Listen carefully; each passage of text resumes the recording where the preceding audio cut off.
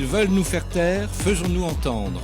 Le projet de budget 2026 prévoit des baisses de financement. Moins 26% pour les associations. Moins 44% pour le fonds de soutien à l'expression radiophonique. Moins 59% pour l'économie sociale et solidaire.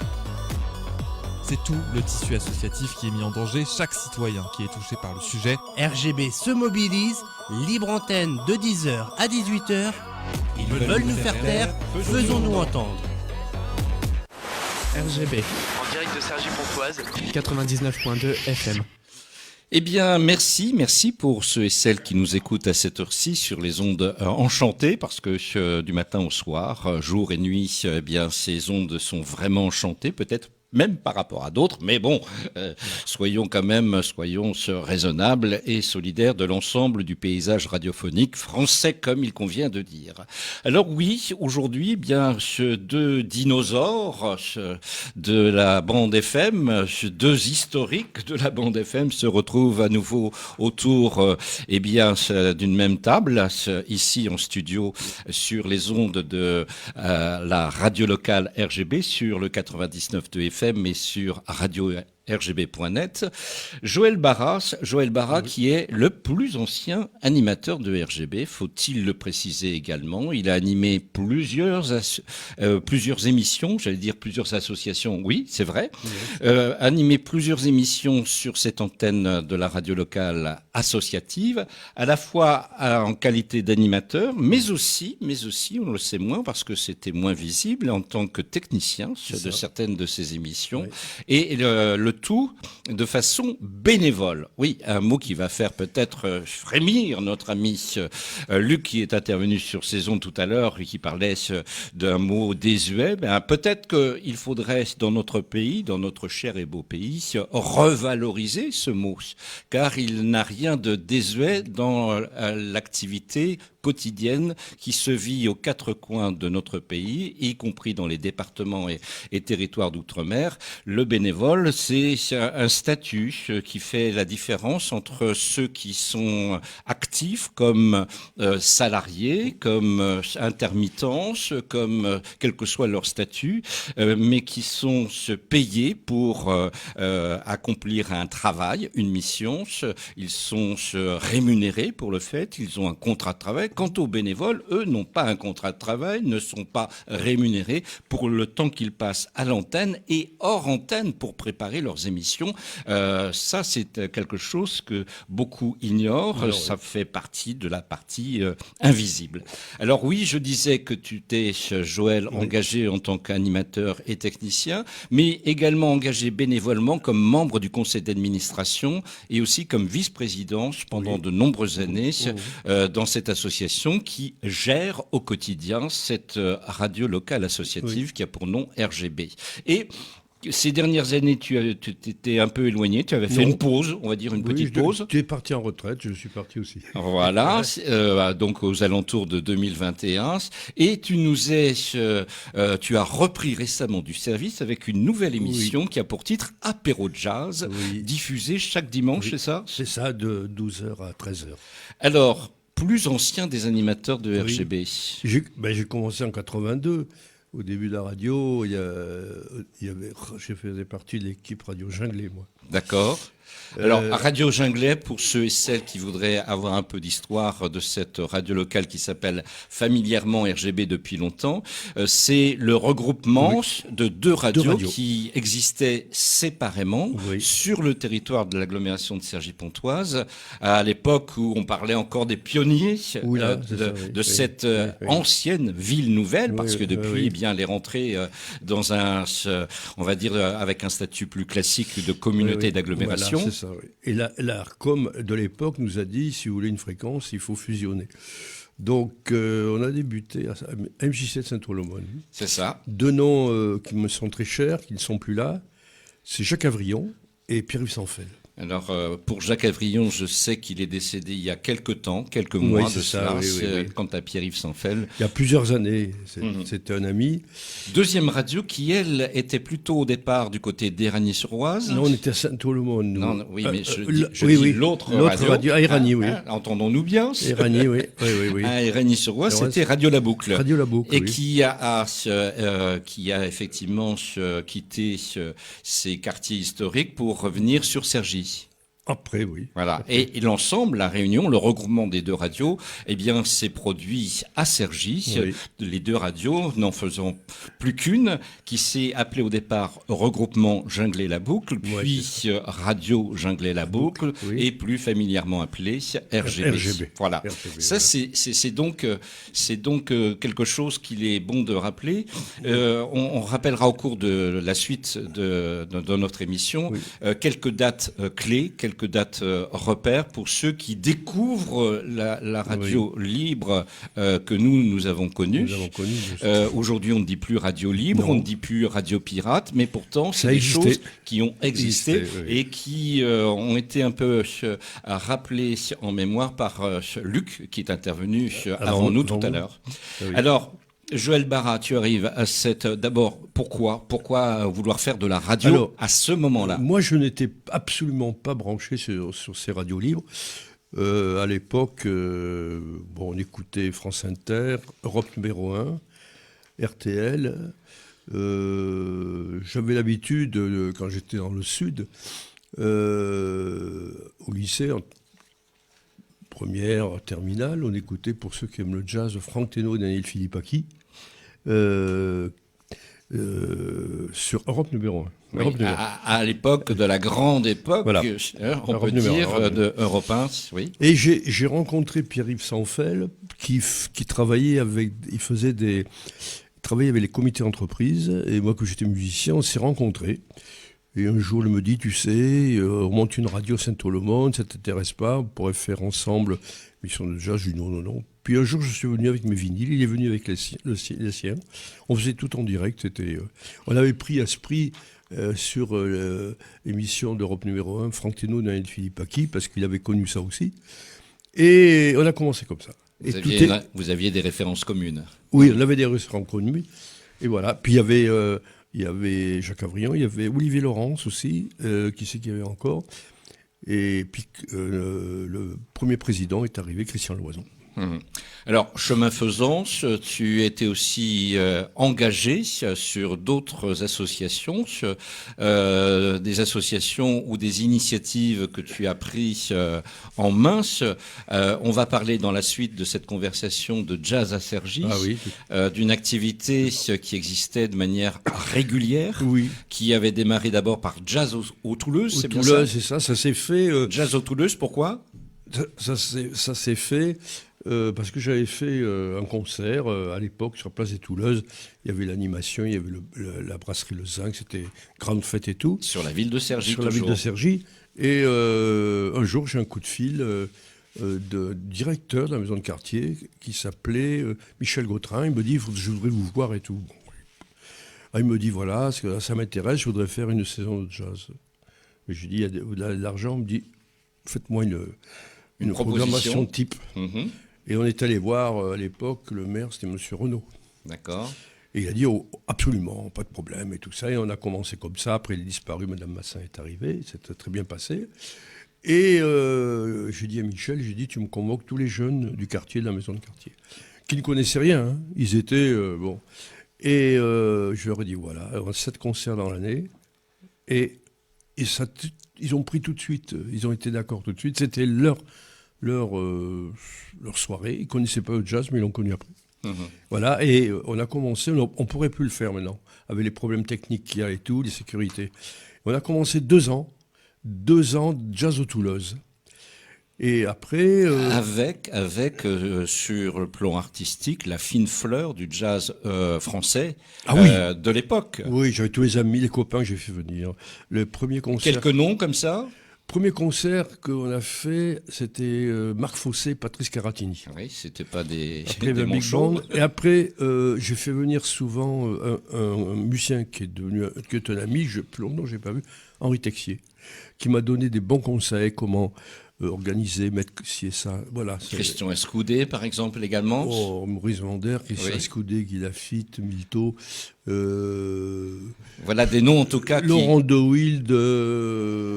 voilà des noms, j'insiste un peu, voilà des noms qui sont de vrais repères pour les amateurs de jazz d'aujourd'hui. Oui, oui. C'est-à-dire qu'ils ont traversé le temps, eux aussi, nombre d'entre eux. On avait une réputation à Paris, c'était dit entre musiciens. À Cergy, c'est super, on est bien reçu, ça marche très bien. Alors j'avais des sollicitations pas possibles. Après, on a eu la scène nationale est venue nous voir parce qu'ils ont voulu commencer à travailler avec nous. On a travaillé après avec eux. Toujours dans l'esprit, on avait toujours sur les lieux de concert, par exemple la scène nationale, il y avait toujours des jeunes du quartier avec moi. Et après, le conservatoire, Madame Breyer, qui nous a beaucoup aidés aussi. Voilà. Oui, tu as fait un petit son en avance. Il y a eu effectivement cette relation avec la scène nationale de Cergy-Pontoise et du Val d'Oise.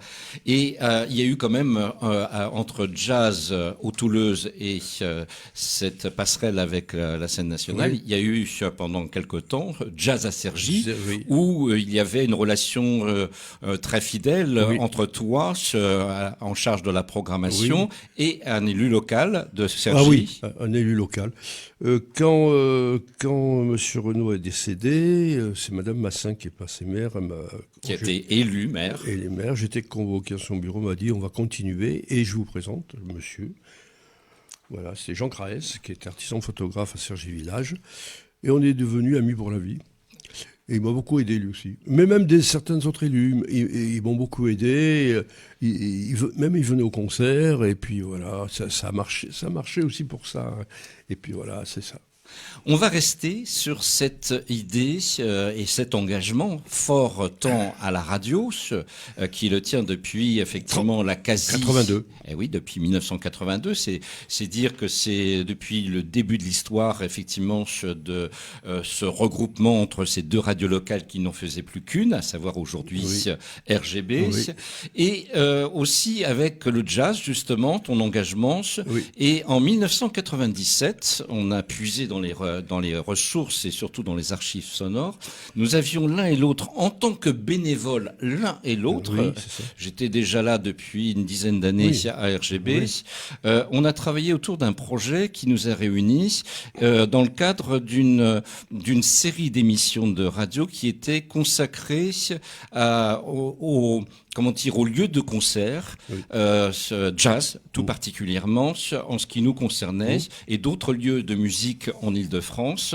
C'était Reflets musicaux en Île-de-France, d'ailleurs ça s'appelait, cette série. Et on va extraire l'un des documents sonores et l'une de ces émissions qui était sur un format de 15 à 17 minutes selon 14 à 15, 17 minutes selon le cas. Et on va te retrouver présentant à mon micro le cabaret jazz, l'histoire même du cabaret jazz à Cergy. Et à tes côtés, on va se découvrir un artiste qui était présent à ce moment-là, qui a pour nom Pierre-Yves Sorens, contrebassiste fameux. Il était venu à Cergy pour présenter Parfum de contrebasse en sextet. Et c'est un pianiste, il a joué, il a été partenaire en particulier de Claude Bouligne, pianiste de jazz célèbre, chef d'orchestre, compositeur, de musique de film, et du légendaire Benny Golson, compositeur lui-même, arrangeur, saxophoniste ténor américain, qui est décédé l'année dernière. Oui, il avait fait un super concert au Duc des Lombards à Paris, je me souviens, j'avais été, Pierre-Yves m'avait invité, et c'était formidable. Eh bien, on redécouvre ce document sonore. C'est une pépite, effectivement, historique, qui nous parle du cabaret jazz à Cergy.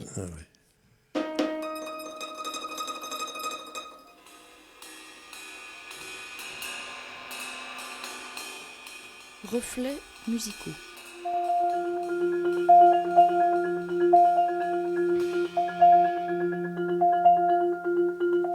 Reflets musicaux, La musique vivante d'aujourd'hui en Île-de-France. Entre le jazz et la ville de Cergy, c'est une véritable histoire de passion pour la musique qui existe depuis 1981.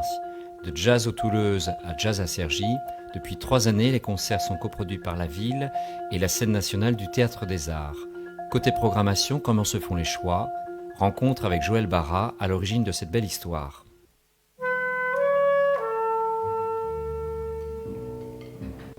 Alors la programmation, en 81, Michel Gautrin, on était 2 personnes.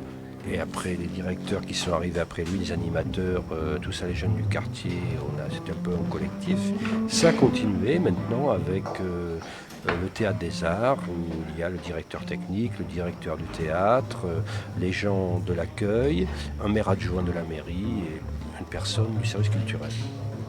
Ce sont en général des gens qui ont été écouter des concerts, qui ont acheté des disques et qui disent voilà, on a eu un coup de cœur pour ci, on a eu un coup de cœur pour ça.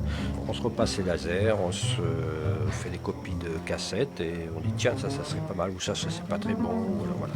C'est comme ça que ça se passe, d'une façon très démocratique. Et dans ces saisons, on en met pour tout le monde. C'est pas le combat des anciens et des modernes. Le jazz, c'est une musique très ouverte. Au cours de la dernière saison, parmi les musiciens qui se sont produits à Cergy, Pierre-Yves Sorin nous fait partager son parfum de contrebasse avec sa formation en sextet. Pourquoi parfum? On parle de musique, alors c'est la célèbre les correspondances, les parfums, les couleurs et les sons se répondent. Charles Baudelaire. Mon expression artistique, c'est la musique, donc c'est le son. C'est écouter, entendre.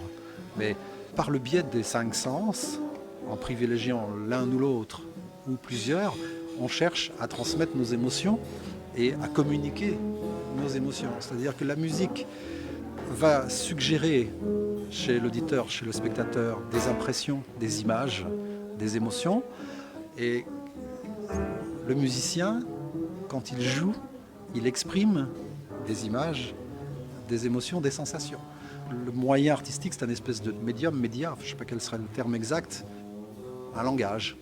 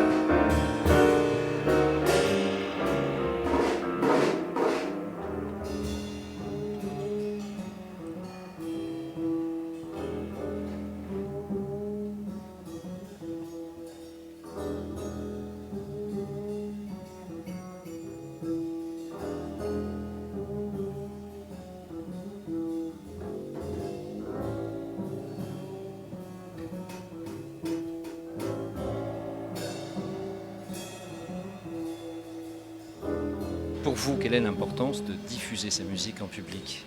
Le disque peut reproduire des moments uniques, mais l'intérêt de la musique vivante, et il faut que le public accepte aussi éventuellement d'être déçu. On est à une époque maintenant, tout se standardise.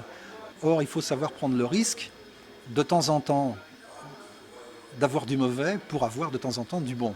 Moi, évidemment, j'essaie de produire du bon. À Cergy, le public peut suivre une programmation, et puis sur 6, 8 concerts qu'il peut y avoir dans une saison, ils vont en retirer quelque chose. Et puis l'année d'après, ça va être une autre expérience. Et quand on discute avec les gens, on se rend compte qu'ils ont été écouter un truc et ça leur a vraiment plu. Ils en reparlent avec émotion 1 an, 2 ans, 3 ans, 4 ans après. Donc, dépenser un petit peu d'argent pour s'offrir une place de concert, c'est un bon investissement de bonheur. Quelqu'un qui, à l'heure actuelle, fait le choix, l'effort d'aller au concert, d'aller à un spectacle, c'est une démarche aujourd'hui volontaire. Parce qu'à la maison, il y a la télévision, il y a les disques, et tout ça est de fort bonne qualité. Donc la personne qui vient, déjà, elle nous fait un cadeau. Et je sais que les gens qui viennent là ont envie d'aimer ce qu'on propose. Nous, on doit répondre à cet acte d'amour, n'ayant pas peur des mots, à cette démarche. Et je pense que si le musicien ne met pas autant d'amour que le public, la personne qui s'est déplacée, qui vient, qui est prête à aimer la musique, si le musicien ne met pas au moins autant d'amour dans la musique qu'il joue, il n'a pas rempli son contrat d'une certaine façon. Chez Pierre-Yves Saurin, au-delà de la musique, la sonorité est une exigence. C'est juste une question de choix artistique, de goût. J'ai eu envie de jouer une forme de vérité du son. Bon, on pense toujours que le piano, on n'entendra pas. Bon, bien sûr, si on met le piano derrière, la trompette devant, on n'entend pas. Alors, d'où mon choix aussi particulier de disposer les cuivres en arrière de la rythmique quand ils sont en ensemble. Hein. Voilà, il faut, comme dans l'orchestre classique, on met les instruments les moins puissants qui sont les violons, on les met devant, et puis les cuivres et les percussions sont derrière. Donc il faut s'inspirer de ça et faire un peu la même chose. Aujourd'hui, la musique, comme la culture, ne semble plus être une priorité, et pourtant elle est si nécessaire à la vie de chacun. Bon, on sait qu'on est actuellement dans une période de restrictions budgétaires. La culture ne paraissant pas une chose des plus indispensables. Pour beaucoup de gens, c'est une des premières choses qu'on pense à supprimer. Alors que l'art est un facteur de cohésion sociale et humain très important. Les gens partagent quelque chose qu'on aime. Et très souvent, qu'est-ce qu'on aime partager? C'est les choses qui nous touchent. Or, les choses qui nous touchent, c'est souvent des choses artistiques. Dans des périodes de difficulté, il faut faire des choix. Donc, on fait souvent ce choix-là, je pense que c'est pas le bon. RGB, votre radio locale, sur 99.2. C'était Joël Barras. Tu t'es reconnu, j'espère, oui. Joël.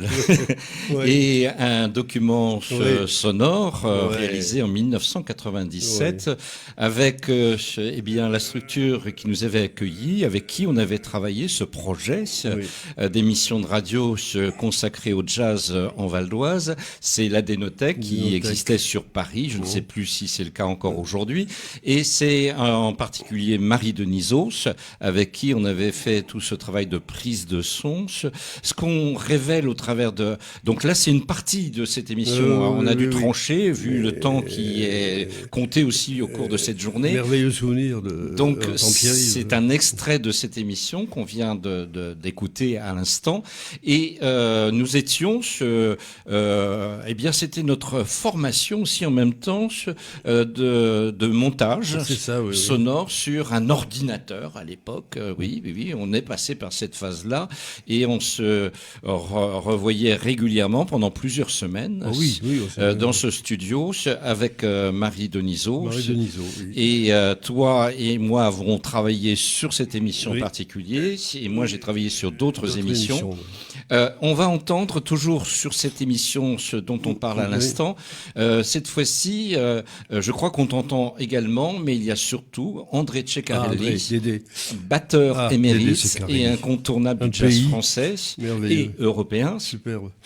Je ne savais pas, j'ai découvert il n'y a pas très longtemps qu'il avait débuté dans un groupe de rock. Oui. Les Chats Sauvages. C'est un niçois et il faisait. Moi, j'étais là-bas dans le coin, j'étais à Marseille, j'étais à Nice.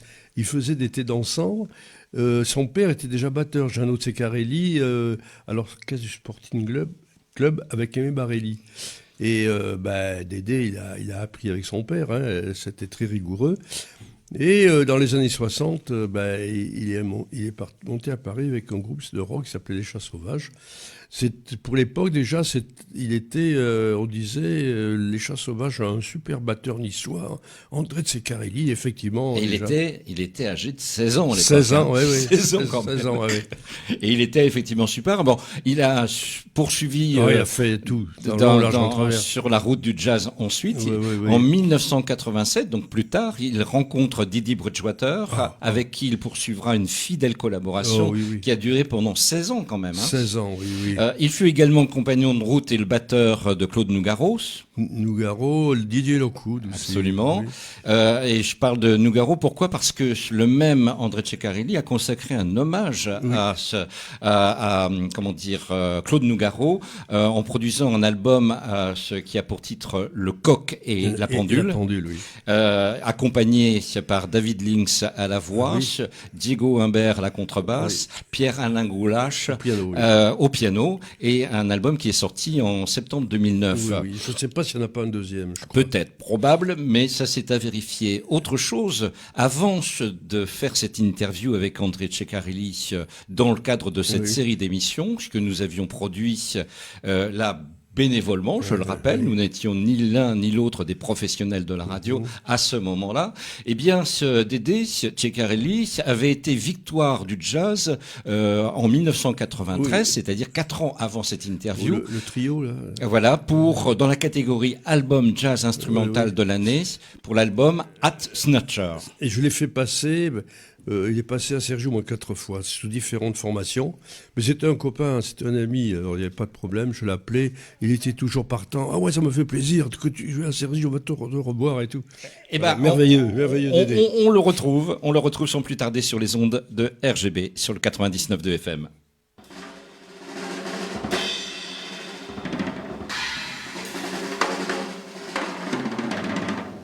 Voilà 10 ans que je joue avec Didi Bridgewater, sans aucune lassitude, puisque chaque concert, on recommence tout, comme si on recommençait notre vie, finalement. Et puis, que ce soit avec le trio ou avec le quartet maintenant, on a un réel plaisir. Je veux dire, la musique, c'est un acte d'égoïsme. C'est ce que je pense vraiment. Faire un métier de l'art, c'est un acte égoïste. On le fait comme quand on fait un enfant. Enfin, un enfant, pour soi, on ne va pas dire, ouais, mais c'est pour lui. Non, on le fait d'abord pour soi, et après, on essaie évidemment que ce soit pour lui. Et la musique, c'est pareil. On fait la musique pour soi, et puis si ça plaît aux gens, alors on est payé. Mais si ça plaît pas, ça plaît pas, on va pas arrêter. On va pas changer de musique parce que ça plaît pas. On va pas se mettre au goût du jour, se peindre les cheveux en rouge, se mettre 3 boucles d'oreilles et puis venir torse nu. Je veux dire, on va pas prendre. On est comme on est, donc, et c'est ce qu'il y a de bien dans la musique. Quel est l'avenir pour une musique qui a un siècle d'histoire ? J'ai toujours dit la musique de l'an 2000, ce sera la musique de jazz. Bon, je ne pense pas que ce soit vrai, mais enfin, moi, j'y crois un peu. La musique de jazz, à la fois métissée et à la fois transformée, bien entendu. Mais la musique mélangée, le world music, la musique de jazz, c'est de la musique improvisée. C'est à la fois libre et à la fois hyper structuré, quoi. Ça n'a de valeur que pour ça. C'est le paradoxe. Nous, on met notre vie en jeu tous les jours, chaque fois qu'on joue, mais d'une manière systématique. Parce que le jeu n'en vaut pas la chandelle si ça n'est pas comme ça. Le jazz, c'est la musique de liberté. C'est la musique que tout le monde peut écouter, de Sidney Bechet à Ornette Coleman, en passant par Duke Ellington. Et voilà. C'est une musique où on peut partir sur un thème et on peut improviser, revenir sur le thème. Voilà. C'est une musique de liberté que tout musicien, tout spectateur peut, venir écouter, s'éclater comme on dit maintenant. Oui, la musique de l'an 2000, j'espère qu'elle sera jazzifiante. C'était Jazz à Cergy, avec la participation du sextet de Pierre-Yves Saurin et du quartet de André Ceccarelli, de Joël Barra, fondateur et programmateur de Jazz à Cergy. Pour tout renseignement, réservation ou abonnement, le Théâtre des Arts, 01 34 20 14 14, 01 34 20 14 14. Reflets musicaux, la création musicale aujourd'hui en Île-de-France, avec le concours de la SACEM et la direction de la musique du ministère de la Culture. Réalisation, José Guérin, Joël Barra, Marie Denisot, dans les studios de la Dénothèque. Ah bah, ça fait chaud au cœur quand même de retrouver des archives sonores des comme ça. merveilleux souvenirs de copains que j'avais programmés, Dédé passé au moins 4 fois. Bien d'autres, il y en a bien d'autres qui m'ont laissé des souvenirs et tout. Voilà, c'est merveilleux. Dans cette série, ce que je voulais faire, pourquoi l'avoir écouté aujourd'hui, c'était l'occasion de montrer qu'une radio locale associative, eh bien, elle privilégie, comme on le sait, comme beaucoup de radios, la musique, voire les musiques au pluriel, comme nous le faisons toujours en 2025, dans la plus grande diversité possible, pour toucher le plus grand nombre de publics. Des plus jeunes aux plus âgés, on va dire. C'est intergénérationnel, effectivement, ceux et celles à qui on s'adresse. C'est aussi de montrer ce que nous faisions et que nous continuons de faire 40 ans après. Là, c'est 30 ans après ce document sonore, pratiquement. Voilà. C'était 1997. La musique en live. On a entendu des musiciens célèbres qui sont toujours dans le paysage musical. En particulier André Ceccarelli. Et alors, je voulais une parenthèse. C'est que, il y a toi qui fais une émission qui s'appelle Fêtard. Et tu fais un peu la découverte de gens qu'on n'entendrait jamais ailleurs, à la télé, n'en parlons pas. Les autres radios commerciales, radio de service public, c'est très léger. Des gens qui viennent de toute la France, qui tournent, ils sont en tournée, mais on ne parlera jamais. Entre autres, toi, il y a d'autres qui doivent le faire. Il y a Luc Mariani aussi. Il y a Hervé Baumel le dimanche. Il y a Philippe Rimbaud pour la littérature. Moi, je suis revenu, je fais une émission pour la passation, je dirais, la passation du savoir. Pour dire, voilà, écoutez, c'est comme si je vous parlais d'un bouquin, on le lit dans l'émission, puis vous pourrez le lire le soir avant de vous endormir et tout. Là, je vous passe le disque de jazz, tenez, c'est ça. Ce qu'on a entendu également, et tout particulièrement dans la voix de Pierre-Yves Saurin, c'est l'idée que déjà, à cette époque, en 1997, on parlait de restrictions budgétaires et on considérait, du moins quand je dis on, dans le pays, de très nombreuses voix, considéraient que la culture n'était pas essentielle, sans le dire ainsi, sans parler des gens d'art et de culture comme des non essentiels, qu'on a connu au moment du Covid et des fameux confinements qu'on a vécu pour la première fois, nombre d'entre nous. Et le temps est passé, on a l'impression que ces mots prononcés en 1997 s'appliquent là, en 2025, de la même manière. Effectivement, il y a une déconsidération de la place de l'art et de la culture dans la vie de chacun, dans la vie de tous, quel que soit notre niveau culturel, quel que soit notre accès à la culture et aux difficultés que l'on peut rencontrer. Mais moi, par les programmations de jazz à Cergy, à Toulouse, j'ai eu des jeunes qui ne connaissaient pas ce que c'était le jazz et tout. Et après, j'en ai revu quelques années après, des gens qui avaient 40 ans me disaient « Ah, Joël, tu sais, on a acheté des disques aussi, on a acheté ça, voilà. » Ça aurait pu être au Toulouse de la musique classique, ça aurait pu être des bouquins, voilà. On continue, on reste dans cette série des reflets musicaux en Île-de-France, avec cette fois-ci une émission, donc là on va en extraire un passage, une émission qui s'était déroulée et qui mettait en valeur la cave d'Imiera à Argenteuil. On va retrouver à la fois pour le musicien Antoine Hervé, pianiste et compositeur brillant, qui a été, je le rappelle, entre 1987 et 1989, directeur de l'orchestre l'Orchestre national de jazz. Et on l'a interviewé quelques années plus tard. Il avait d'ailleurs, lui, gagné le prix Django Reinhardt de l'Académie du jazz en 1985. On le retrouve au micro de RGB et de moi-même à ce moment-là. Et on va entendre aussi normalement Daniel Marty, qui en était le directeur de cette cave Dimière à Argenteuil.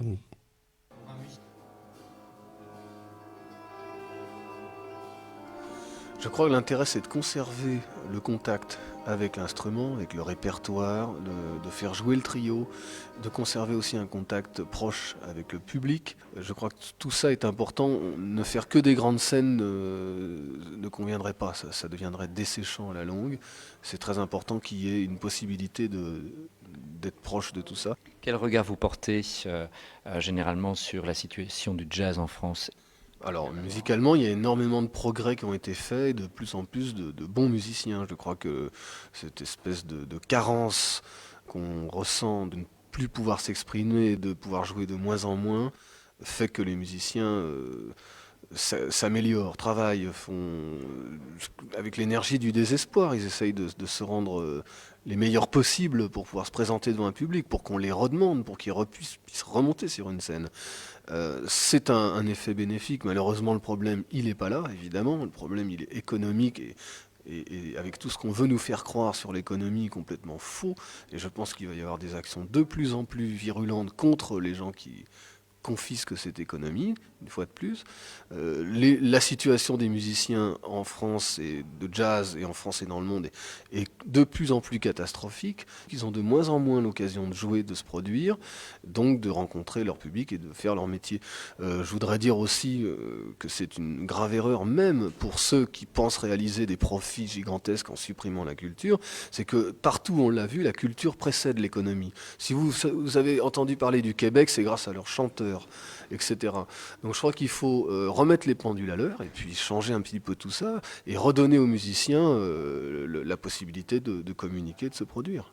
Peut-être de rappeler qu'en période de récession, c'est pas en faisant des économies sur la culture que cela va arranger les problèmes. C'est même l'inverse qui se produit. En temps de guerre, les cabarets sont pleins. C'est après la guerre qu'on a découvert Thelonious Monk parce que les gens avaient besoin de ça. Et avec tous les problèmes que les gens ressentent, ils ne peuvent pas en plus perdre leur âme. Et la culture leur ramène à leur centre, à leur âme et à leurs émotions.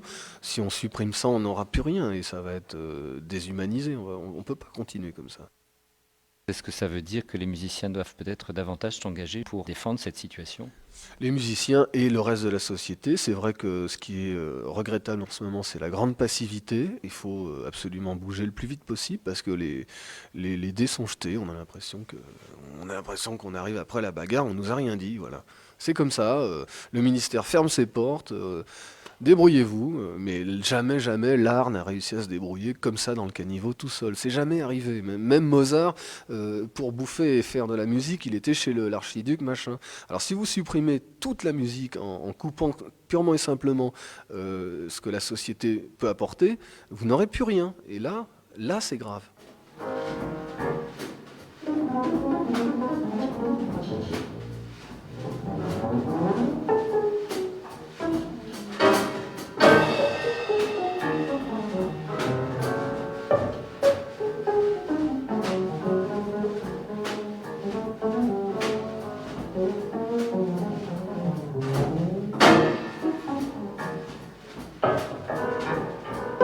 À la cave Dimière à Argenteuil, les idées sont nombreuses pour élargir les publics. Daniel Marty nous parle d'une action qu'il mène en direction du jeune public. Depuis 2 ans, une fois par trimestre environ, on ouvre la cave le dimanche après-midi pour des concerts de jazz, de musique improvisée pour les enfants. Au début, on a été un petit peu surpris de l'accueil du public parce que la cave est pleine, on refuse du monde. Donc c'est vrai que les parents sont un peu surpris par la musique. Souvent on a des réflexions comme quoi c'est pas de la musique pour les enfants, mais les enfants eux ils trouvent ça super. L'intérêt de la cave c'est que c'est un petit lieu très convivial. Les musiciens sont proches des enfants, ils peuvent parler avec les musiciens. Et c'est vrai, en fait on constate que les enfants n'ont pas souvent l'occasion de voir des musiciens sur scène. C'est plus une expérience, ça c'est un truc que l'on va pérenniser dans les années à venir. Et aussi, on fait des concerts, des séries scolaires pour les enfants. Alors c'est vrai qu'aux musiciens, je leur demande de faire le répertoire. C'est pas de la musique pour enfants. Ils font un concert d'1 heure, acoustique. C'est des pièces peut-être un peu plus courtes, plus rythmées. C'est vrai qu'ils ne partent pas dans des grandes improvisations, mais c'est quand même leur répertoire à eux. En dehors de la programmation régulière, on va ouvrir aussi un petit peu à la musique contemporaine pour faire découvrir la musique d'aujourd'hui.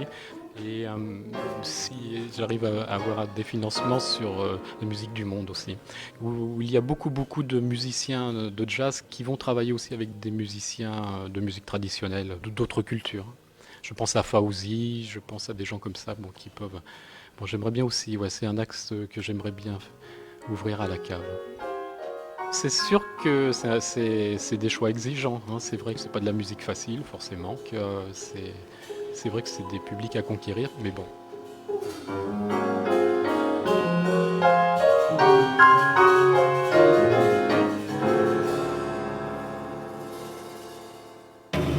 Toute l'équipe de RGB vous souhaite une bonne écoute en FM sur le 99.2 et en streaming sur radio-rgb.net, Deezer et l'application mobile Les Radios Associatives.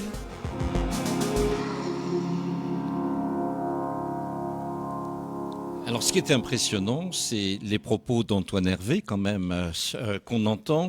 Ça date de 1997, je rappelle à ceux et celles qui écoutent cette émission, cette radio sur le 99.2 FM, à savoir RGB, y compris sur la toile, sur Internet, à la bonne adresse radio-rgb.net. On entend ces propos-là, on a l'impression qu'ils ont été prononcés hier ou il y a quelques jours.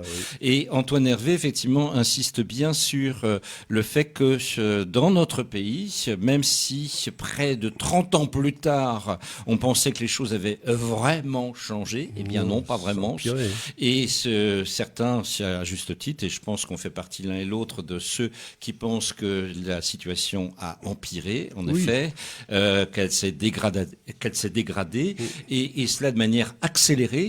Et les nouvelles, ce qui nous viennent du Fonds de soutien à l'expression radiophonique, du ministère de la Culture, parce que ça transite par le ministère de la Culture et de l'État français aujourd'hui, à l'occasion des séances à l'Assemblée nationale et donc pour le Parlement, parce que le Sénat sera aussi saisi de cette affaire, le vote du budget de la nation pour l'année 2026, eh bien on a de quoi être très inquiet. Et nous avons pris le parti pris, de cette expression, peut-être pas correcte, mais notre parti pris, c'est de dire effectivement que on n'est pas du tout sur cette longueur d'onde pour partager cette situation. Alors, c'était Antoine Hervé et Daniel Marty, directeur de l'Académie Argenteuil à l'époque. Donc, lui n'est plus directeur de ce lieu.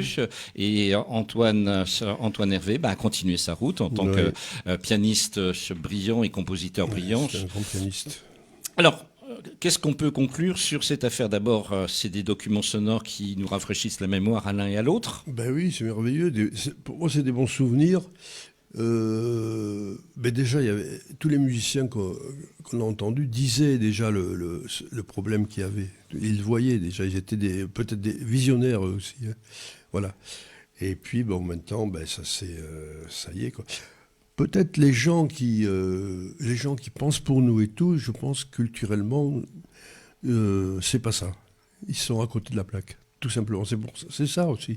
Parce que je vois pas pourquoi, comme disait Antoine Hervé, on arrête tout, plus de bouquins, plus de musique, plus de tout ça. On fait quoi?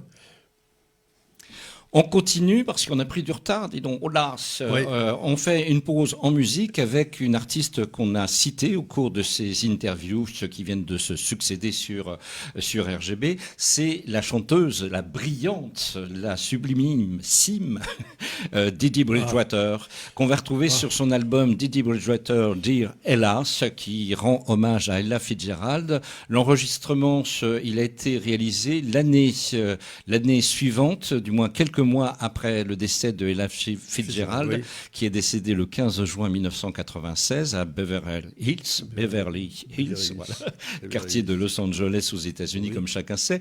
Elle était, à juste titre, considérée comme l'une des plus importantes chanteuses de l'histoire du jazz, comme Sarah Vaughan, comme Billie Holiday, comme Nina Simone et bien d'autres. 60 ans de carrière pour elle, 70 albums vendus à 40 millions d'exemplaires. Là, et elle a même remporté 14 Grammy Awards. C'est dire qu'elle était une artiste brillante. Et celle qu'on va retrouver, elle aussi est une artiste brillante. Et qui tourne toujours. Et elle a sa fille qui est aussi merveilleuse que sa mère. Voilà, extrait de cet album d'Eddie Bridgewater, Dear Elas, Oh, The Moon, c'est ça, quelle est la hauteur de la Lune, parce que c'est une chanson qui parle d'un amour accessible comparé à la Lune, si brillante, si proche et si lointaine à la fois. Musique.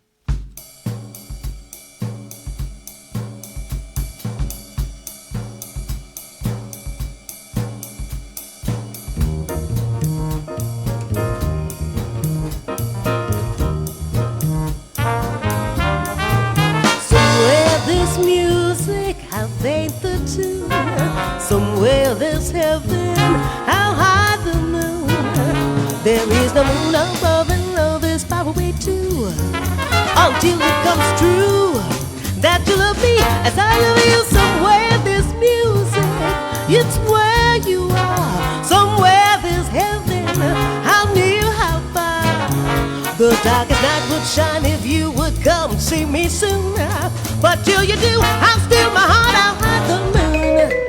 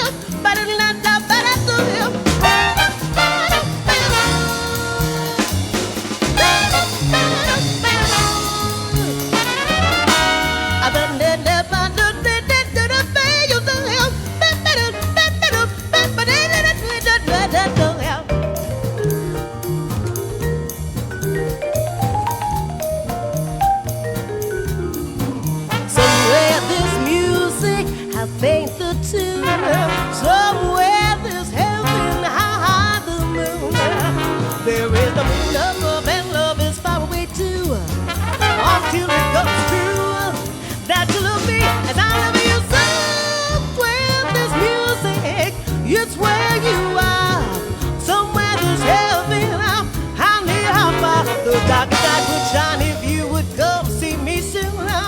But till you do, I'm still my heart the blues.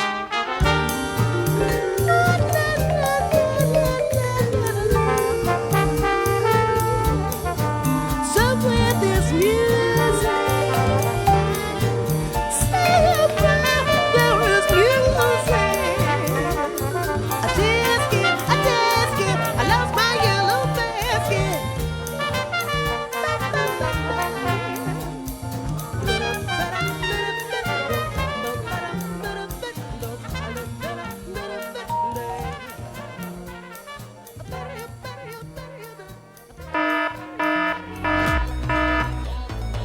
Ils veulent nous faire taire, faisons-nous entendre. Le projet de budget 2026 prévoit des baisses de financement. Moins 26% pour les associations. Moins 44% pour le fonds de soutien à l'expression radiophonique. Moins 59% pour l'économie sociale et solidaire. C'est tout le tissu associatif qui est mis en danger, chaque citoyen qui est touché par le sujet. RGB se mobilise, libre antenne de 10h à 18h. Ils veulent nous faire taire, faisons-nous entendre. RGB En direct de Cergy-Pontoise. 99.2 FM. Voilà, dans quelques instants, on va entendre Jean-Pierre Becquet qui doit être à l'écoute de cette émission spéciale. On a pris du retard, donc il faut effectivement s'adapter. Je le rassure pour dire que le document et l'interview va être diffusé dans quelques instants. Juste un petit retour sur Didi Bridgewater qu'on vient d'entendre. Oui, et alors, on l'avait programmé à la scène nationale 6 jours. Alors, avec elle, il y avait Dédé Secarelli, Anne Van de Gen, Thierry Eliès, les frères Belmondo, tout ça, super soirée.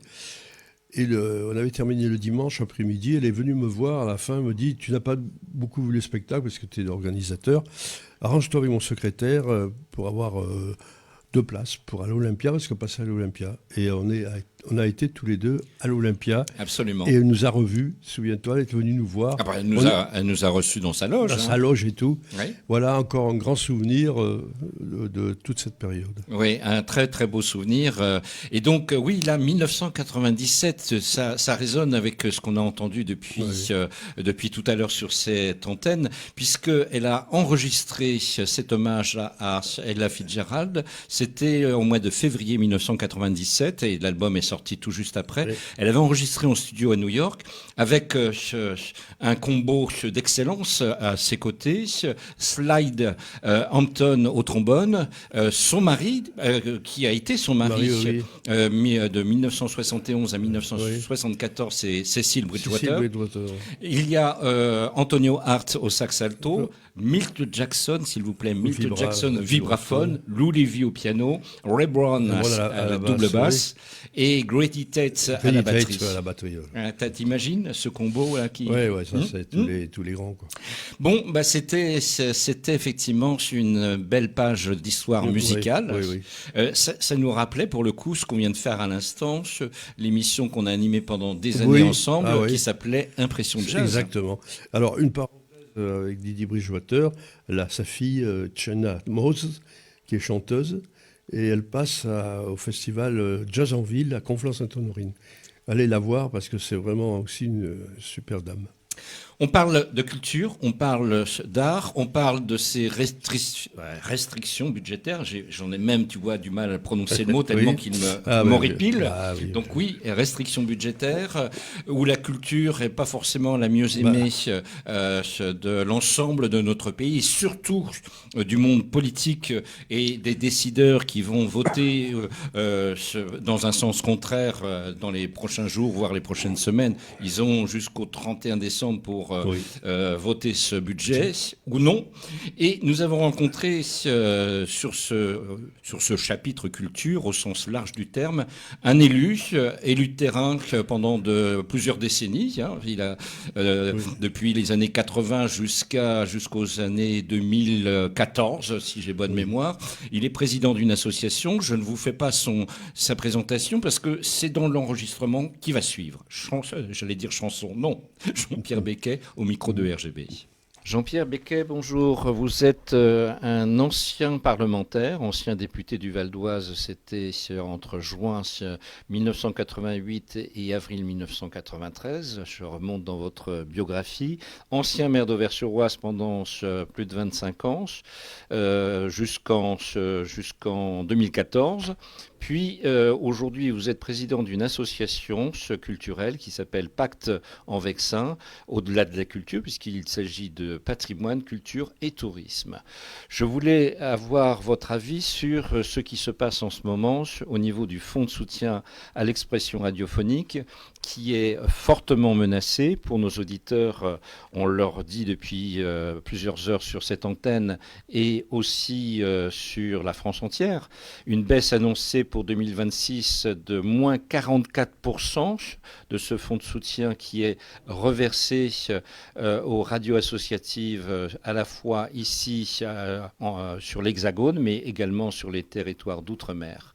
Ça veut dire très précisément sur un montant de 35 millions, c'est près de 16 millions d'euros qui sont annoncés à la baisse. Ce qui va mettre effectivement en difficulté, voire en péril, un très grand nombre de ces radios associatives qui existent près de 45 ans après leur naissance. Alors, c'est un vrai sujet de fond.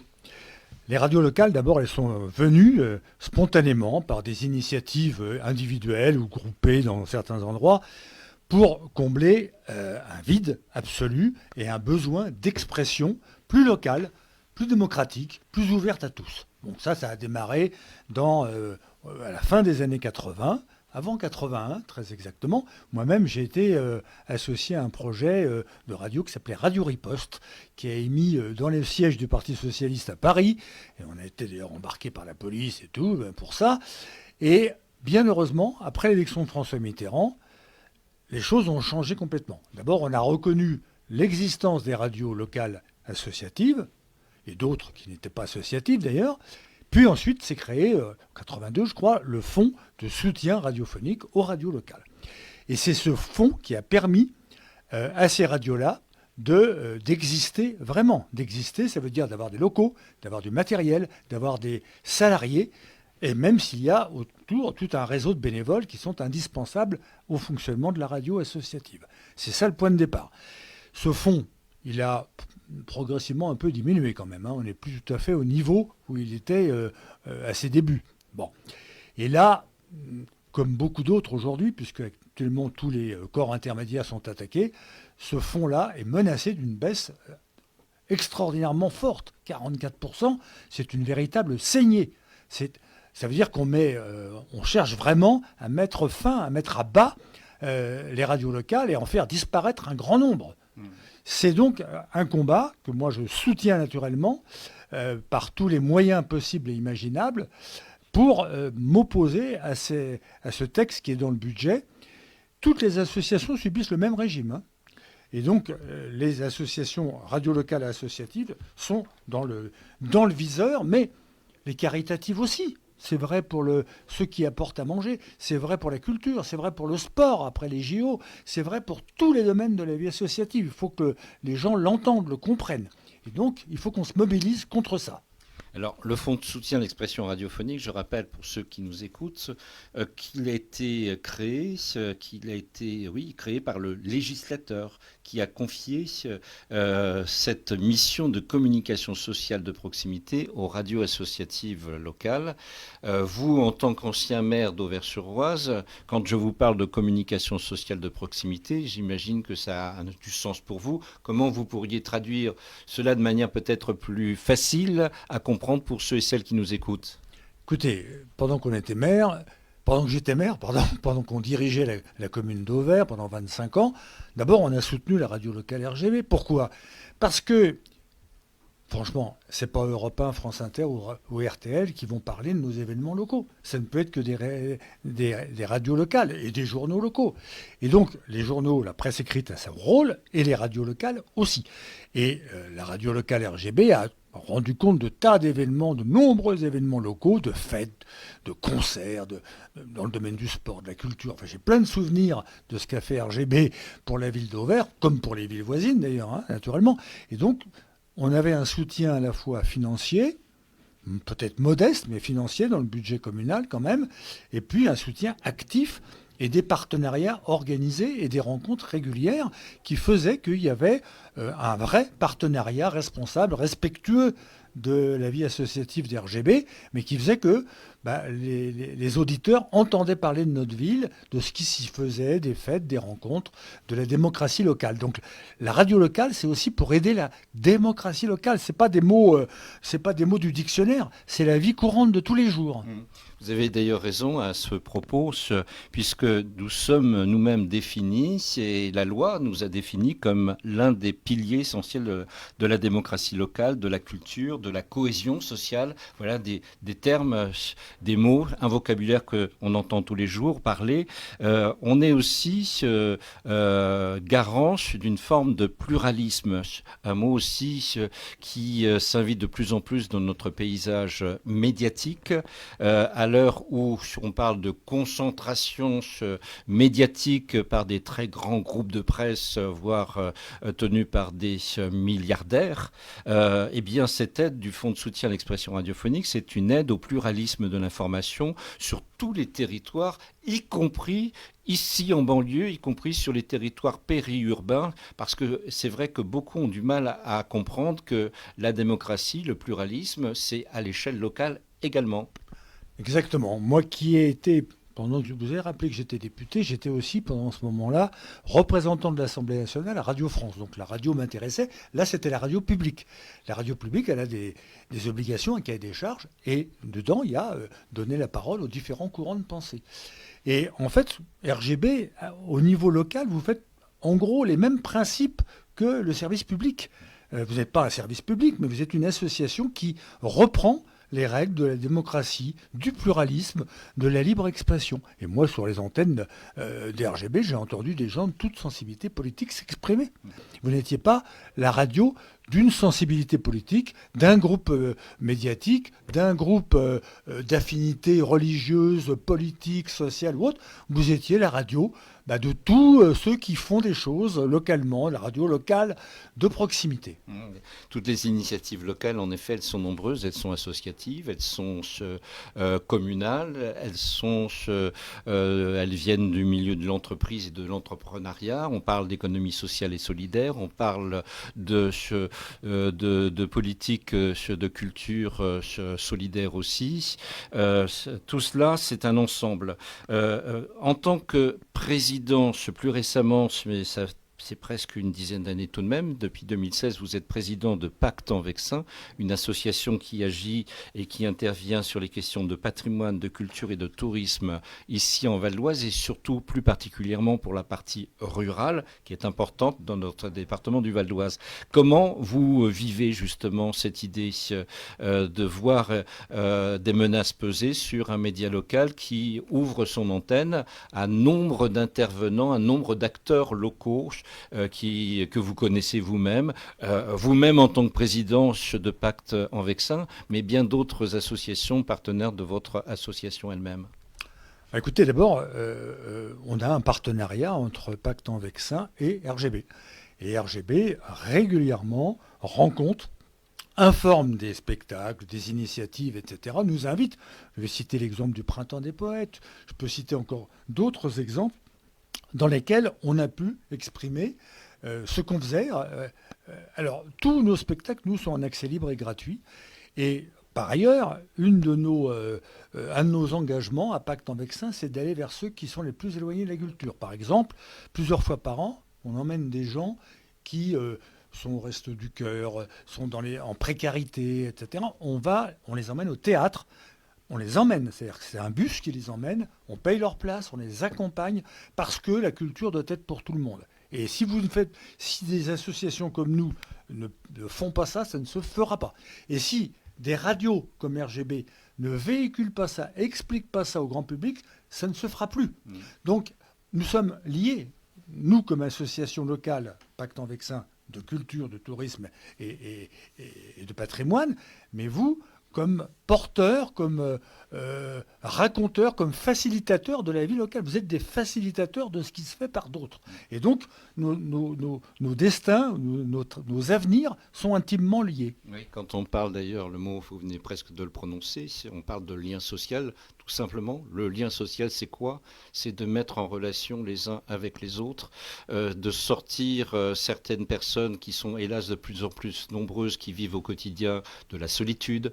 Être seul, c'est hélas un travers de notre société dite humaniste aujourd'hui, et pourtant on voit que la solitude, ça se propage à une vitesse incroyable. L'incommunication aussi, les difficultés de communiquer, les difficultés de pouvoir libérer la parole, des outils de communication comme une radio locale, elle véhicule ça, et toutes les initiatives que vous évoquez tant sur un territoire comme le Vexin que le reste du Val d'Oise, c'est soutenir, c'est valoriser les initiatives des uns et des autres, c'est faire venir un micro pour donner la parole à tous, sans la moindre exclusivité, c'est entendre des acteurs locaux, des artistes, des responsables d'associations dans le plus lointain village du Vexin, qui a la possibilité, qui a la capacité de pouvoir s'exprimer sur une antenne de radio locale, c'est-à-dire de donner la parole à ceux qui ne l'ont pas vraiment dans les autres médias. Ah ben, il ne l'aurait pas nulle part dans aucun autre média, c'est pas possible. D'abord parce que le périmètre est très local et donc ça intéresse beaucoup moins les grands médias. Moi, l'association n'a jamais été invitée sur les grands médias nationaux. Et je ne suis pas jaloux, et je comprends parfaitement. On a une ampleur locale. Donc pour nous, la traduction, si on est sur le plan national, on va s'adresser aux grands réseaux nationaux, les grandes radios ou télévisions nationales. Quand on est au niveau local et qu'on agit au niveau local, il faut qu'on ait des relais comme le vôtre. Vous êtes un des meilleurs parce que vous donnez la parole. Et nous aussi, on donne la parole. Quand on voit un film, par exemple, tourné dans le Vexin, et qu'on fait un débat à l'issue du film, il y a un échange. Il y a un échange entre des figurants qui ont vu le tournage du film, parfois un acteur qui vient, parfois même le réalisateur qui vient, et les spectateurs. Et donc, cet échange-là, il est précieux. Il ne se fera pas ailleurs. Et donc, nous, on se bat pour ça. On va avoir 10 ans l'année prochaine, vous l'avez dit. On essaiera de faire un événement culturel et festif en même temps, parce qu'il faut aussi... Même quand le monde va mal et la France va mal, il faut aussi garder des petits moments de fête, de convivialité. Nous, tous nos événements culturels se terminent toujours par un pot amical, tout le temps. Parce que dans le pot, on discute. Et on reste une demi-heure de plus à échanger, à discuter, à voir. Et effectivement, les personnes isolées, c'est pas les écrans qui vont les sortir de ça. C'est pas des initiatives comme la nôtre, aller voir un film à 3 km de chez eux. Oui, c'est porteur. Et puis ils rencontrent des voisins qu'ils n'ont jamais vus. Et puis ils rencontrent des gens intéressants. Oui, finalement, c'est bien aussi. Et voilà. Et donc on a créé ce lien social ou maintenu ce lien social ou développé ce lien social qui est notre fonction, qui est votre fonction aussi à vous RGB. Oui, une société qui se déshumanise, c'est ce qu'on vit finalement un peu au quotidien. Il faut se battre contre. Il y a nombre d'initiatives qui le font. On parle d'économie sociale et solidaire. Dans une radio associative comme RGB, ça se traduit tous les jours au travers des différentes personnes qui interviennent, qu'elles soient animateurs, animatrices, qu'elles soient salariés, professionnels de l'information locale, etc., ce qui est le cas. Donc plus à défendre la démocratie locale, comme on dit tout à l'heure. Si je comprends bien, Jean-Pierre Becquet, pour finir notre propos, aujourd'hui, vous qui connaissez bien les sujets liés à l'économie, de manière globale, de manière générale, vu les responsabilités qui ont été les vôtres et celles qui sont toujours les vôtres aujourd'hui, est-ce que quand on parle de restrictions budgétaires à ce niveau-là, moins 44% sur le fonds de soutien à l'expression radiophonique reversé à plus de 770 radios en France, est-ce que ce sujet se résume seulement à une question économique dans le contexte que nous vivons aujourd'hui? Non, ce n'est pas une question seulement économique. Et d'ailleurs, on n'a pas d'argent quand on ne veut pas en chercher où il y en a. Il y a des moyens qu'on peut développer. J'ai entendu qu'en commission, la taxe Zuckman n'a pas été retenue. Dommage, 15 milliards de recettes supplémentaires qui tomberaient, prises uniquement sur les 1800 les plus riches. Croyez-moi, aucun d'entre eux sera demain à la soupe populaire. Et donc, franchement, quand on ne fait pas ça, ça signifie des choses. Donc, Ce qu'on fait, c'est évidemment à la fois se battre pour les moyens budgétaires qu'il faut rétablir, et il faut le faire en ce moment au budget. Il y a 2 mois de débat sur le budget article par article. Moi-même, j'ai un autre combat qui n'a rien à voir avec la culture, mais qui concerne la défense des droits des consommateurs et l'Institut national de la consommation qui est menacé de suppression totale. Ça n'a pas de rapport avec notre débat d'aujourd'hui, mais c'est un autre combat que je mène également. Eh bien, il faut se battre combat par combat, article par article, amendement par amendement, et il faut que chacun interpelle son député ou sa députée sur le plan local. Il faut les interpeller. Ceux qui votent contre les retraites, ceux qui votent contre les taxes Zuckman, il faut tous les interpeller pour les mettre devant leurs responsabilités demain. Si on n'a pas de moyens, c'est parce qu'on ne les cherche pas. On peut les avoir. Pas raconter n'importe quoi. Et donc, ce n'est pas les 16 millions qui seraient retirés sur le fonds qui vont poser des gros problèmes. À l'INC, c'est même 2 millions.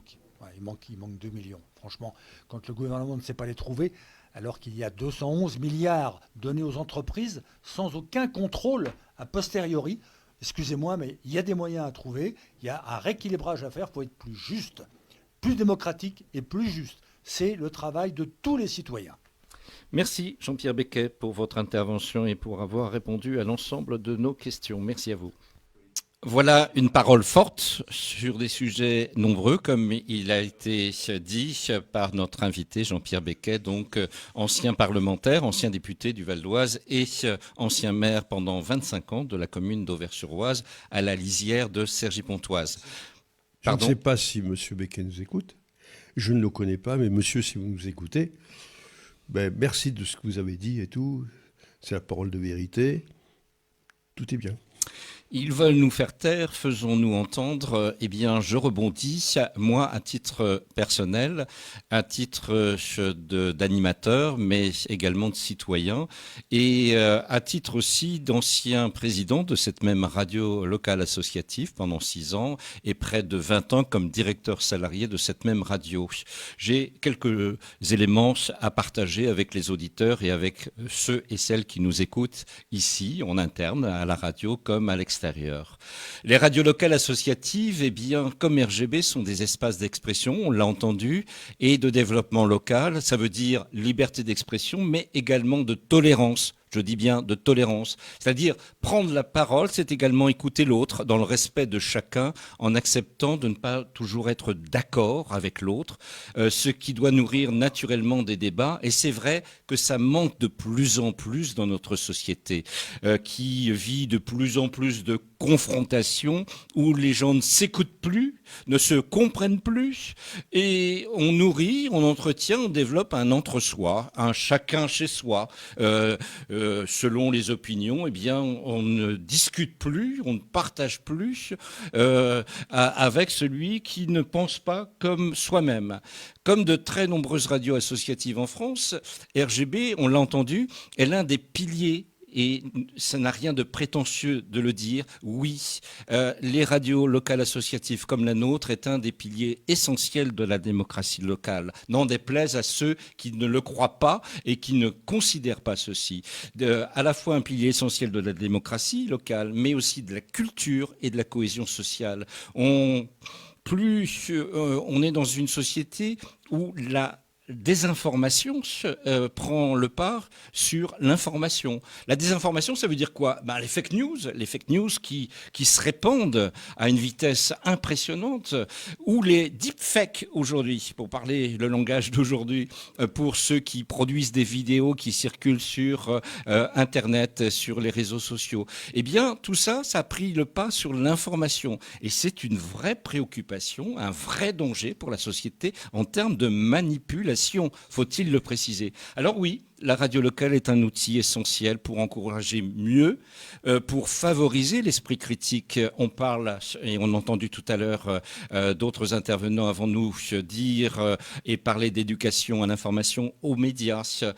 C'est important et ça se fait, ça s'est fait pendant des années et ça continue d'être réel en 2025 pour une radio comme RGB sous la forme d'ateliers radiophoniques. La radio n'est pas uniquement un média pour diffuser des informations, parce qu'on n'est pas juste des passeurs de plats quand même et des passeurs d'informations, mais nous sommes nous-mêmes un acteur local, un acteur radiophonique à part entière et un espace de citoyenneté et d'expression de la démocratie locale.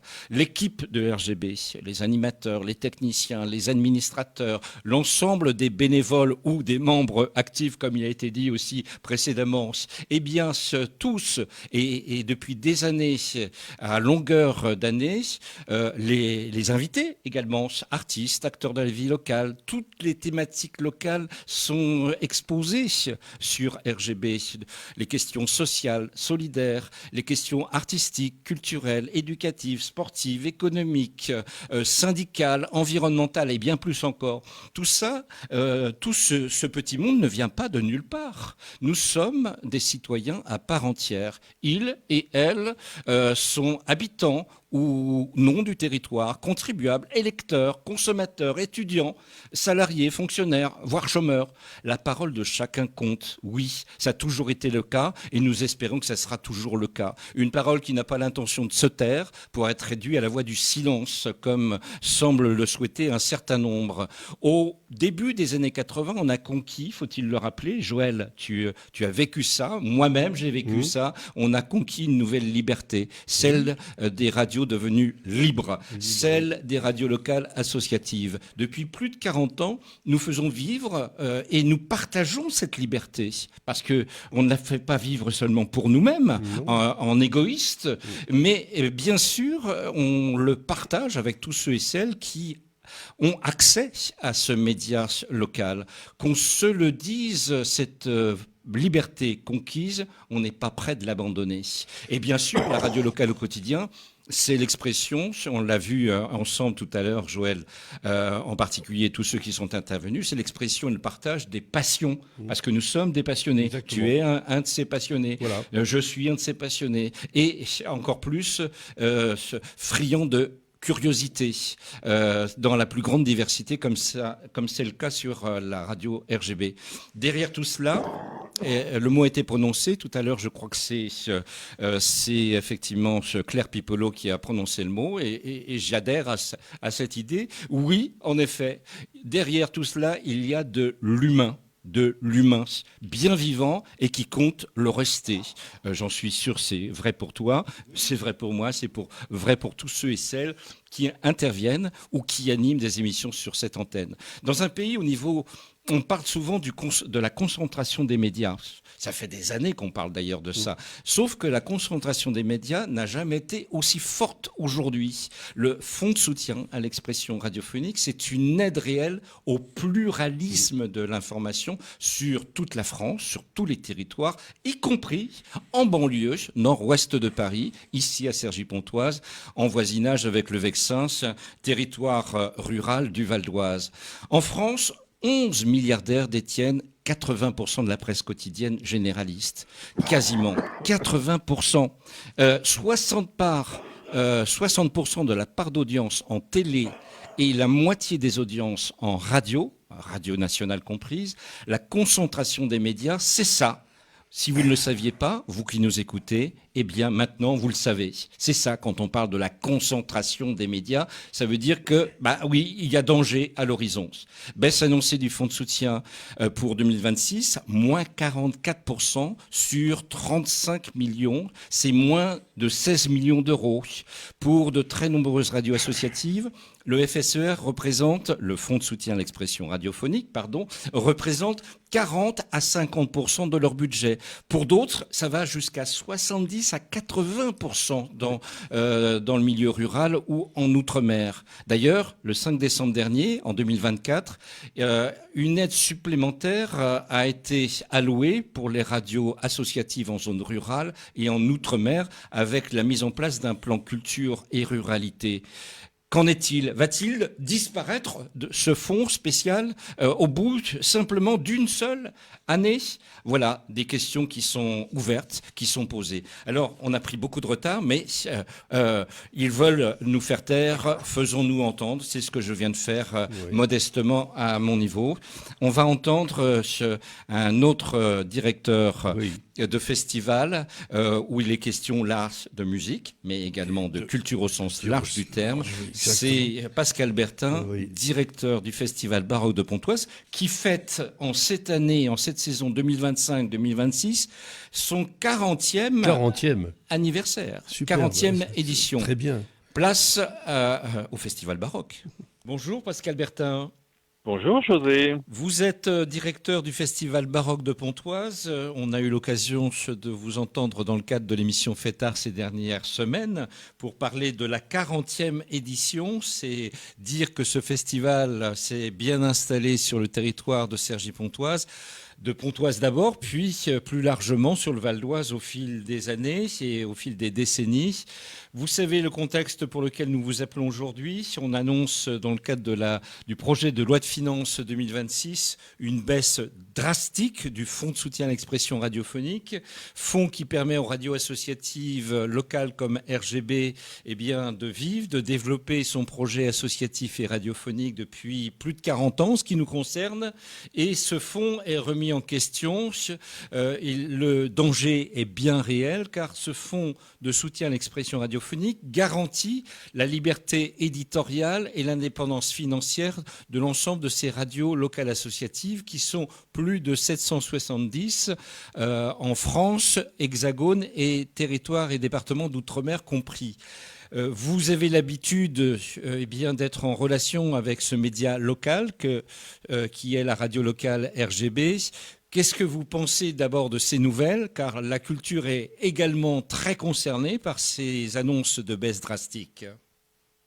J'en pense beaucoup de mal et je l'entends avec beaucoup d'inquiétude, puisque pour nous, mais je voudrais même élargir le sujet, c'est pas que pour mon activité de directeur artistique d'un festival, c'est une radio associative, une radio locale comme ça, c'est aussi un projet de population et de territoire.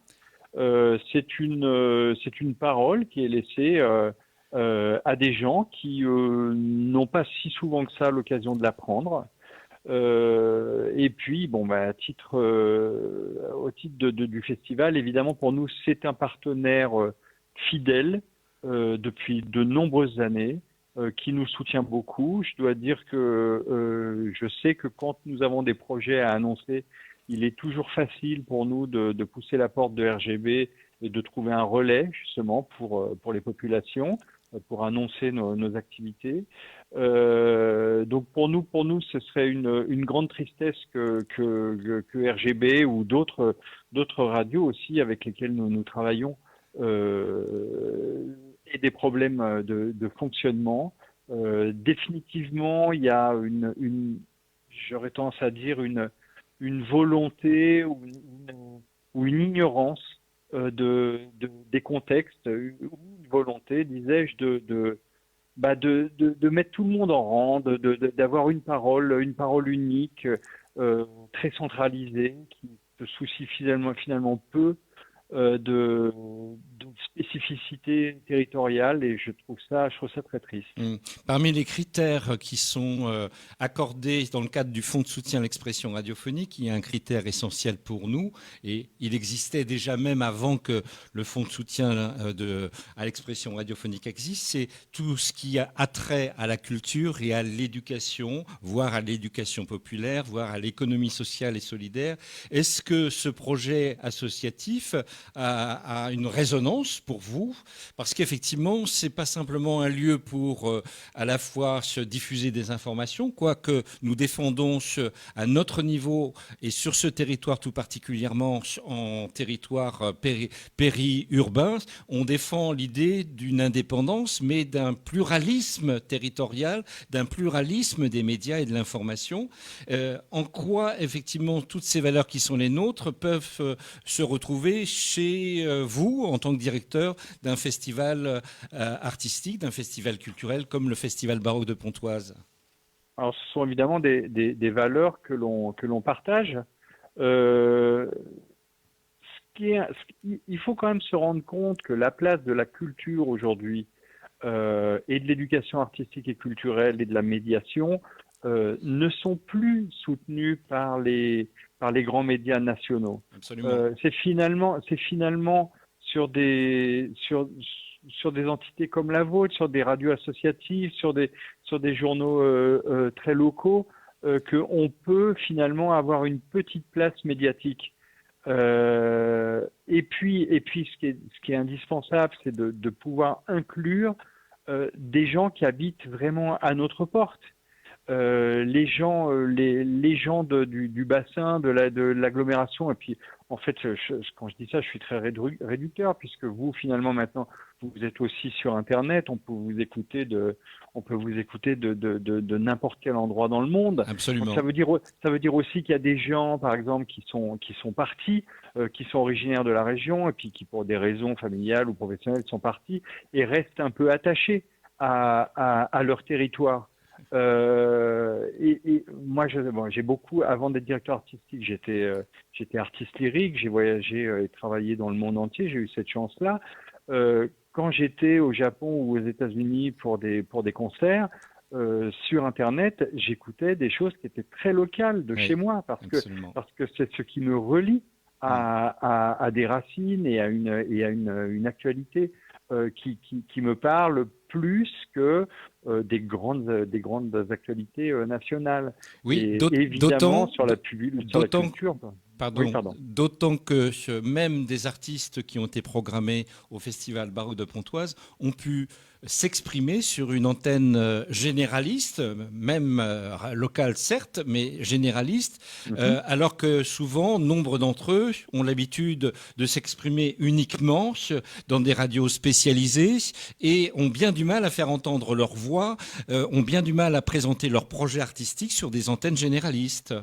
Tout à fait, il n'y a plus la place pour ça, en tout cas sur les grands médias nationaux, ou alors il y a vraiment une réduction drastique je dirais du périmètre culturel, c'est-à-dire que si on regarde les grands médias nationaux, on voit à peu près toujours les mêmes artistes. La place est très faible pour la découverte, pour les émergents, ou pour des artistes qui sont plus émergents, mais qui ont eu du succès à un temps et puis qui sont moins sous les feux, mais qui néanmoins continuent leurs activités culturelles. Ça, c'est quelque chose que les grands médias ne couvrent pas du tout. Et j'ai eu le plaisir, moi, souvent, effectivement, de venir à RGB avec des artistes qui passaient chez nous et qui étaient très heureux de venir présenter leurs différents projets aux auditeurs de RGB.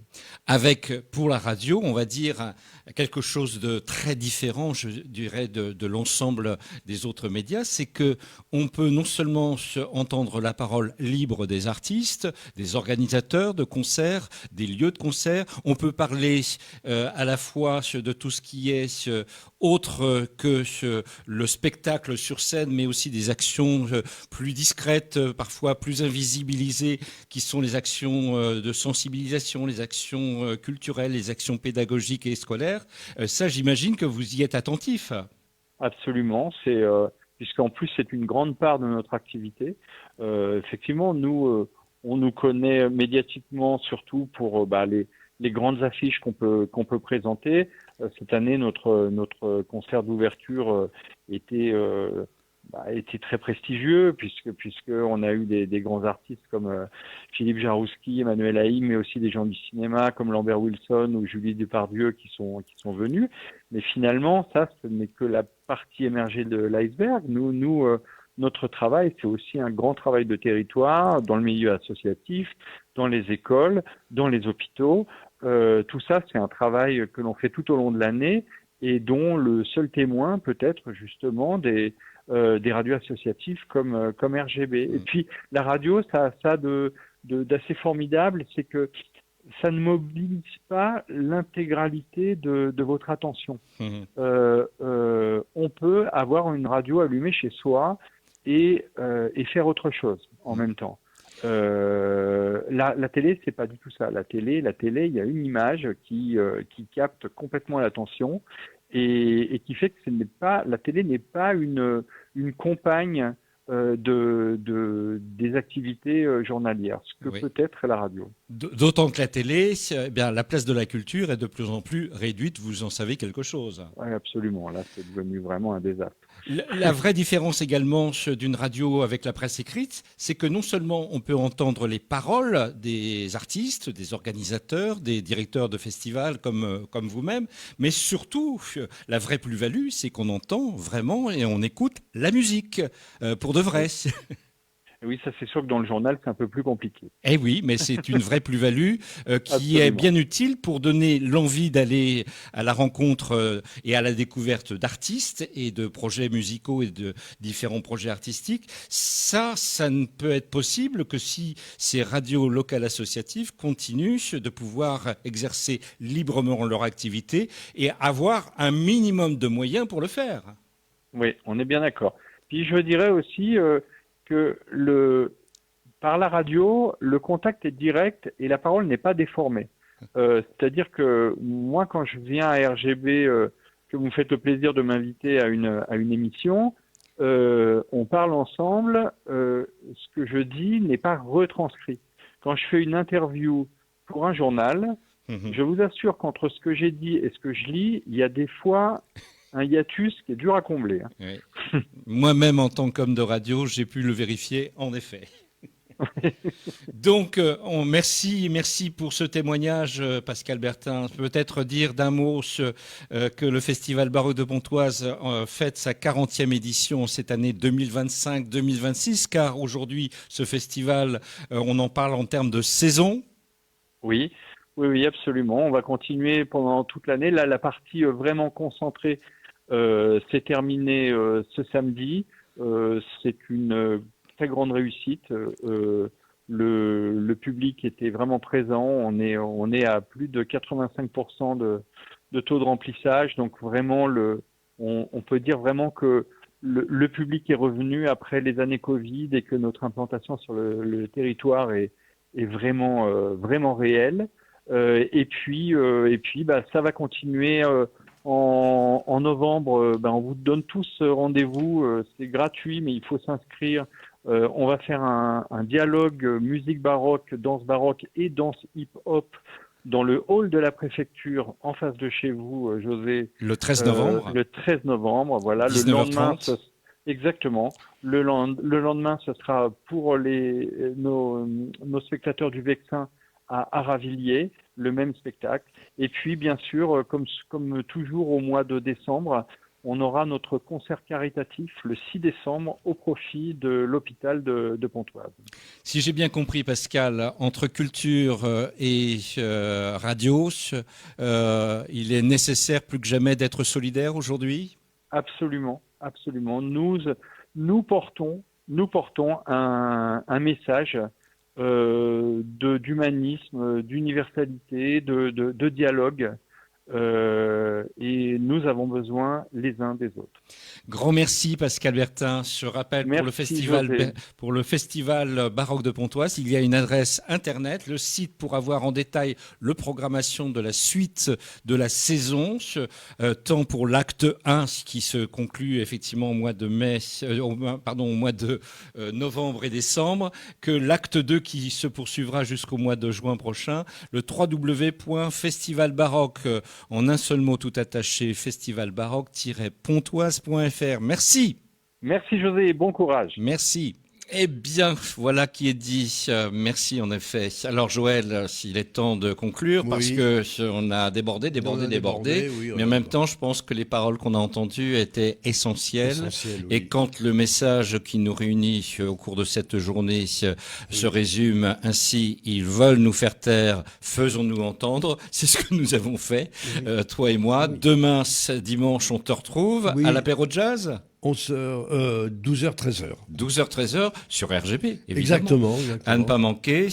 Juste comme ça, quelques noms de musiciens programmés déjà. Non. C'est la surprise. C'est la surprise. Ça sera la surprise. Il est temps pour nous d'aller chercher. On parle d'apéro jazz. Exactement. Ça va être l'apéro plus simplement. Eh bien, justement, avant de faire la transition et le passage de témoin à Jean-Céric et à Théo qui vont reprendre la main pour la suite de cette émission avec différents intervenants, différents invités.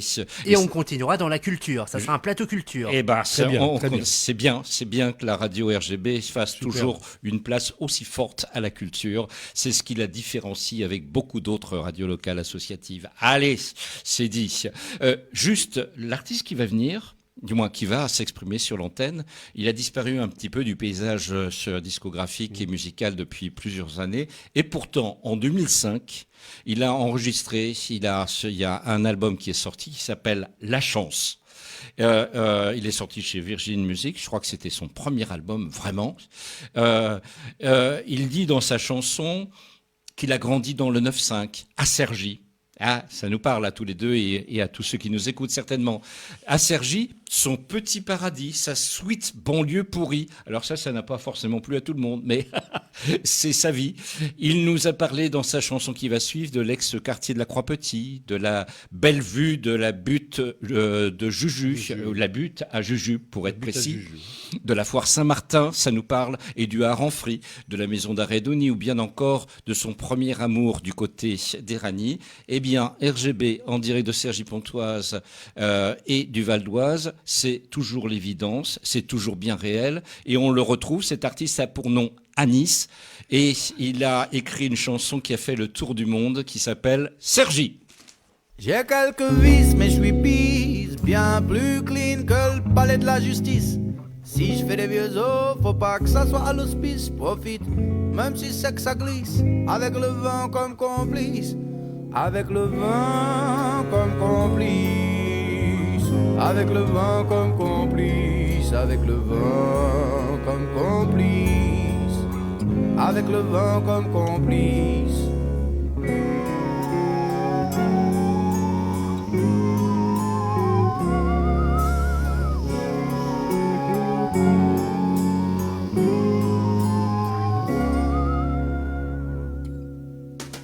Jeune homme, mesdemoiselles, mesdames, messieurs, c'est Johnny full feu. Johnny s'en fout, Johnny veut sa part de soleil. Comme vous, l'animal à deux pattes qui pense et marche debout. J'ai des idées étranges et quelques rêves un peu fous. J'aimerais causer avec les animaux comme je le fais avec vous. Faire de la gratte comme Django, Jimmy et Paco.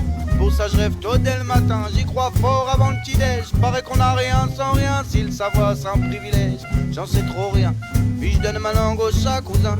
Bien que je sois chelou, un peu vilain, pas voyou, même pas méchant pour dessous, tout juste innocent comme vous.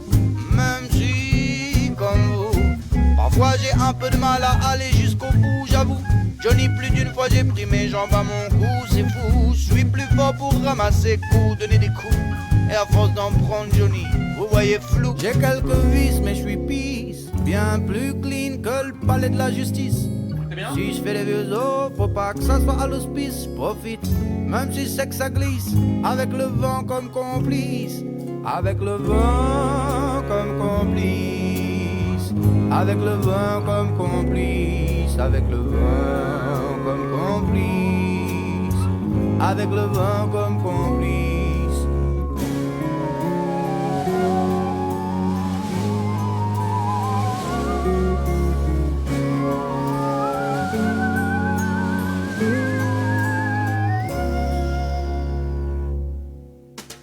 Johnny belle gueule, hey, Johnny ferme la grande gueule. Johnny dans le fond, je sais que t'es seul ma gueule. Johnny be good, good, Johnny be bad. Johnny was a good, good, good, good, good man.